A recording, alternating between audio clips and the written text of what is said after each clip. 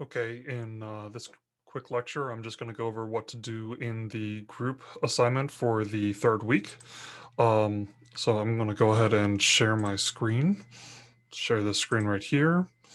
And let's take a look at down here. We've got the 1-3-1 group meeting under assignments. So 1-3-1 group meeting.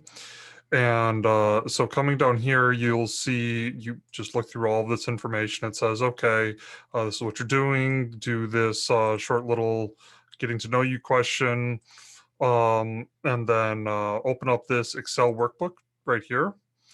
And the only thing that I feel like you really have to do is the very first page. And I'm going to tell you why. Um, oh, I already had it open. So let's see here. The reason why um, is because uh, let's go to the very first page.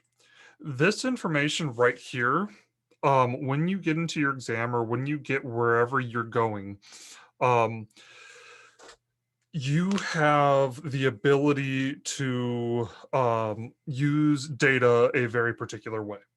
Okay.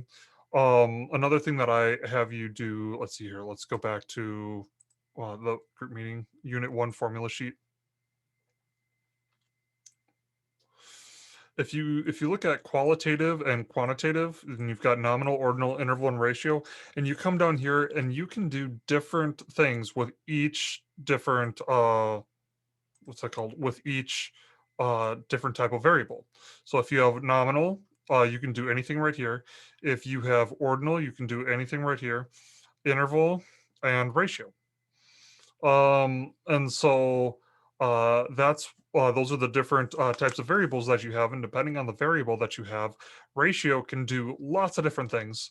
Interval can do lots of different things as well. But when you get to nominal and ordinal, with nominal and ordinal, because they're not real numbers, you don't have the ability to say have the mean, the range, the variance, the standard deviation, the skewness. And then also for the ordinal data, you can get the median, but you can't get the mean, the range, the variance, the standard deviation, or the skewness. And so when you're getting to your exam or anything else that you're on, the very first question that you really need to ask yourself is, hey, what type of data is this and what can I do with it? What type of data is this and what can I do with it? If it's ordinal data, you'll know right away, this is everything that I can do with it. This is literally like 25, maybe 30 points on the exam, just going through and saying, okay, I've got this type of data. What can I do with it? I've got this type of data. What can I do with it? I mean, that's 30. I really think it's like close to 30 points on the exam. And so the reason why I have this set up for you here, so that way you can do that. So I'm going to put this right here for a minute. And then I am going to, let's see here. Oops. So I've got the formula sheet right here. And so let's see here.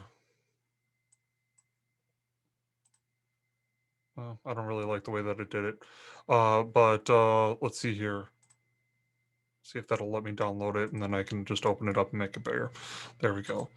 Um, so we've got the formula sheet, and then we've got the video URL. What type of data is that? Is it qualitative or quantitative? It's qualitative.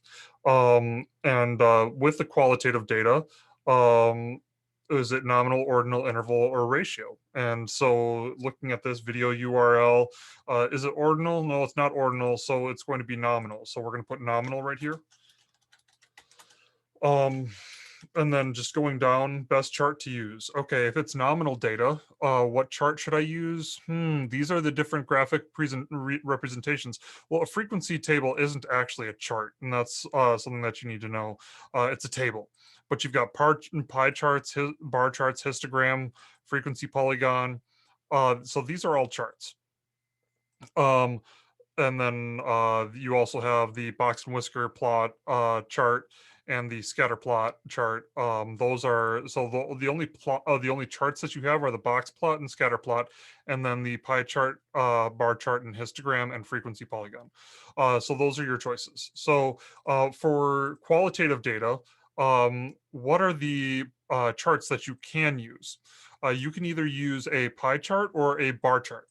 So if I have a pie chart or a bar chart, if it's qualitative for video URL, well, I'll tell you right now, there's no chart that's going to work for this at all, period. No chart. And the reason why, um, every value is completely unique. So it is not possible to put it in a chart. If you can come up with a way to put it in a chart that makes sense, that's fine.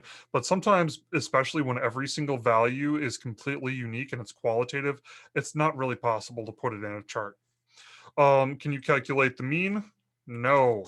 Can you calculate the median? No. Can you calculate the mode? Ish. Because every value is unique, it is not possible.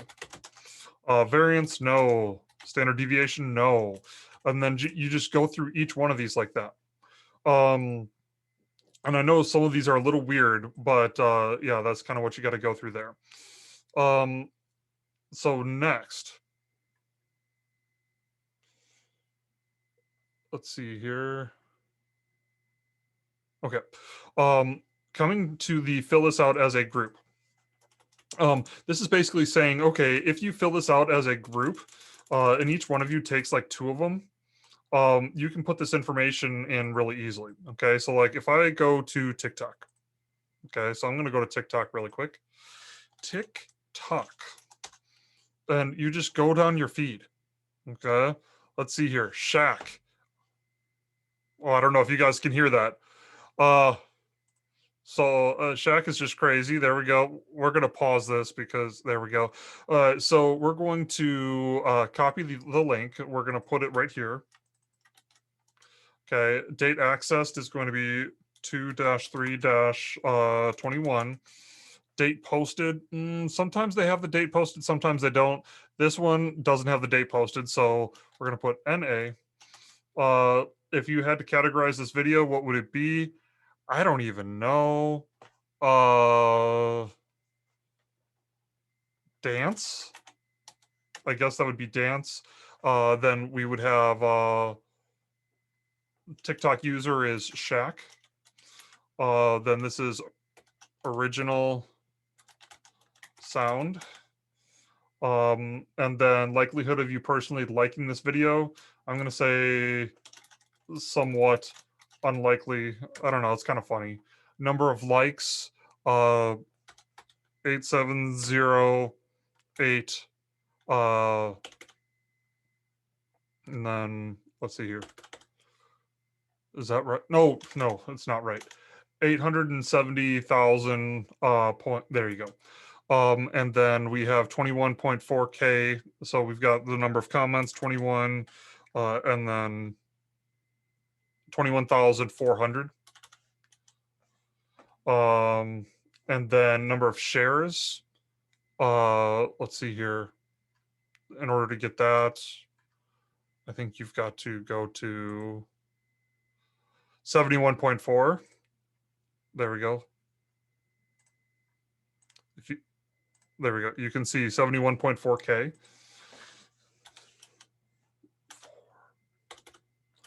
And then hashtags used, NA, mentions trap.commander. And so if each of you basically do 2 of these, that's kind of the way that I'm looking at it. If you have a group of 5, if each one of you do 2 of these and you submit it back to me, then I'll give you guys some extra credit. Truthfully, I think that it'd be super fun to see what's coming down on the like for you. If you log into your TikTok, the for you, you can see that I literally am never on TikTok, and so I have absolutely no clue what any of this is. Yeah.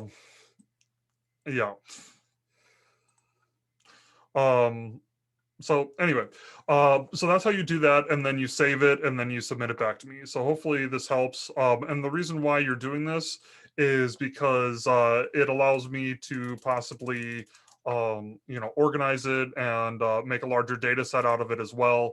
But it also just lets me see what's coming in on your For You. It's just really interesting to see what you guys are interested in.